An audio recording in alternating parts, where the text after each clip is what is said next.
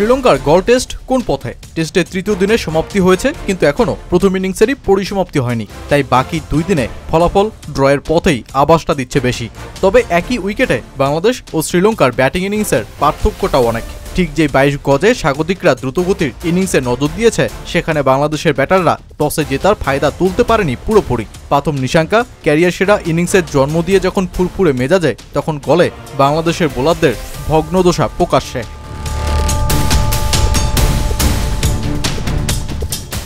নাজমুল হোসেন শান্ত ও মুশফিকুর রহিমের 2 সেঞ্চুরির ইনিংস আর লিটনের 90। এলকেডি গতি বাড়িয়ে ইনিংস খেললেও মুশফিক স্লো ইনিংসে নজর দিয়েছিলেন।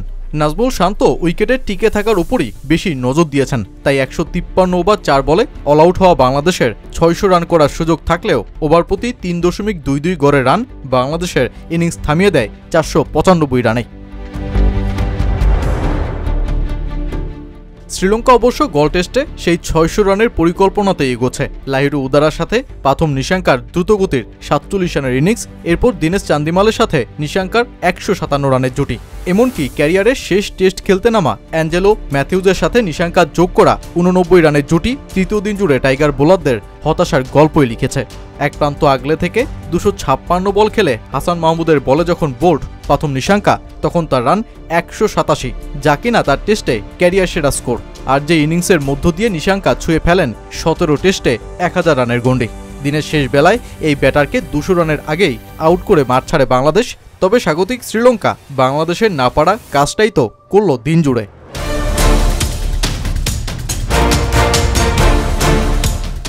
ওভার প্রতি 3.95 গড়ে ব্যাটিং, 368 রানে 4 উইকেট হারিয়ে দিন শেষ করে শ্রীলঙ্কা। কামিন্দু মেন্ডিস ও ধনঞ্জয় ডি সিলভার জুটিও 37 রানে থাকে অপরাজিত।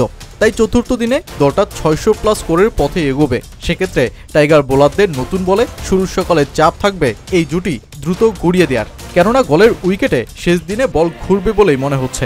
সেক্ষেত্রে অসমান বাউন্সও ব্যাটারদের নিতে পারে কঠিন পরীক্ষা। সেই সাথে আনঅর্থোডক্স স্পিনারের ঠাসা শ্রীলঙ্কা চতুর্থ দিনে বাংলাদেশকে লিডে ফেলে দ্রুত অল আউট করে ম্যাচ জয়ের পথটা সুগম করতেই চাইবে। তাই নাজমুল শান্তদের জন্য চতুর্থ দিনের চাপটাকে কাজে লাগাতে হবে সফলভাবেই।